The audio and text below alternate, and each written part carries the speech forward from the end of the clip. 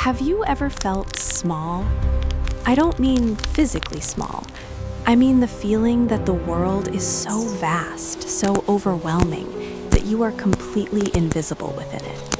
Like you are shouting into a storm, but no sound comes out. I ask this because when I first arrived on this beach, intending to film the birth of these sea turtles, I wasn't looking for a lesson. I was just looking for a shot. But as I sat there, waiting for hours under the shifting light, staring at the unbroken surface of the sand, I started to see a reflection of my own life, a reflection of my own fear. We often talk about the beginning of a journey as a moment of excitement, but looking at this nest buried deep beneath the earth, I realized that the beginning isn't loud, it isn't celebratory, it is dark, it is silent, and it is incredibly lonely. Imagine being buried alive. That is essentially where this starts. Before there is any light, before there is any ocean, there is just the weight of the sand pressing down on you. I honestly didn't think anything could survive that kind of pressure. It reminded me of those times in my life, and maybe you have felt this too, when the darkness feels permanent, when you are working so hard on a project or a dream, or even just trying to heal a broken heart, and you see absolutely zero results. You are pushing against the walls, but the walls don't move. You are in the dark, and you start to wonder if you have been buried, or if you have been planted. And then, the sand began to move. It wasn't an explosion. It was a slow, painful shifting. A tiny beak breaking through the shell, followed by a frantic struggle against gravity itself. Watching this little soul fight to emerge from the earth was uncomfortable. I felt a tightening in my chest.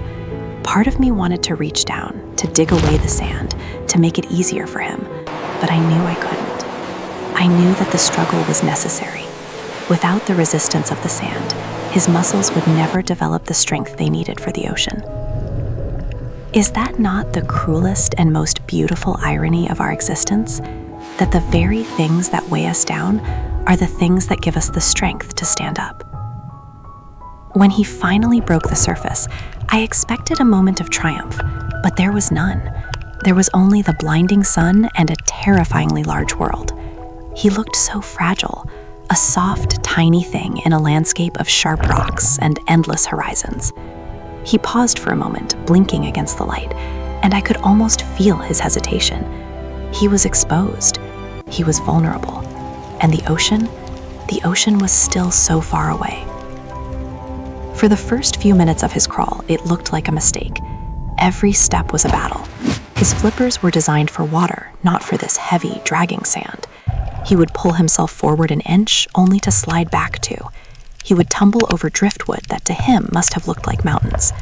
I watched him freeze when the shadow of a bird passed overhead. I could see him breathing heavily, his tiny chest heaving with exhaustion. I felt anxious just watching him. I felt impatient. I wanted to scream, "Just get up, move faster, you're almost there." But then I stopped, because I realized I was looking at myself. How many times have I stood at the beginning of a new career or a new chapter and felt completely unequipped for the terrain?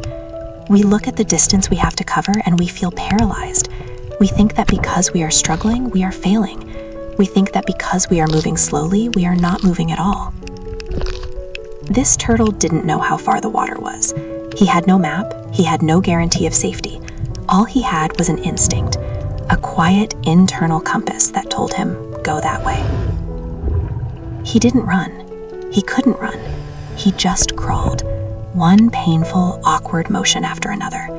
He didn't look at the horizon. He just looked at the sand directly in front of his face. And perhaps that is the secret we often forget. We get so obsessed with the destination that we trip over the journey. We want the ocean before we have even mastered the sand. The journey across the beach seemed to last a lifetime. There were moments where he stopped for so long I thought he had given up. I thought the heat had broken him. But each time, just as I was about to lose hope, he would push again. It was a silent testament to resilience. It wasn't loud, it wasn't flashy. It was just the stubborn refusal to stay where he was. And then, the sound of the world changed. The roar of the waves got louder. The sand beneath him became wet, cooler, firmer. I watched as the first touch of foam reached his flippers, and this is the moment that changed everything for me. The instant the water touched him, the struggle vanished. The heaviness of gravity disappeared. The clumsy, awkward creature that had been stumbling over pebbles suddenly transformed. He didn't change who he was. He didn't get new flippers. He didn't get bigger muscles instantly. He simply found the environment he was made for. Watching him glide into the deep blue was like watching a bird finally find the sky. He was graceful. He was fast. He was free. It hit me like a wave. All that time on the sand, he wasn't weak. He was just out of his element. He was carrying a weight that wasn't meant for him, trying to navigate a world that didn't understand his design. I think many of us are like this turtle. We spend years judging ourselves by how well we can crawl through the sand. We criticize ourselves for being slow, for being awkward, for struggling with things that seem easy to others. We think we are broken, but maybe, just maybe, we aren't broken at all. Maybe we just haven't found our water yet. As I watched him disappear into the vastness of the ocean, becoming just a speck in the infinite blue, I realized that the struggle on the beach wasn't a punishment. It was the price of admission. It was the preparation for the freedom that was waiting. If you are listening to this right now, and you feel like you are buried in the dark, or dragging yourself through the heavy sand of your own life, please do not stop. Do not let the shadows make you freeze.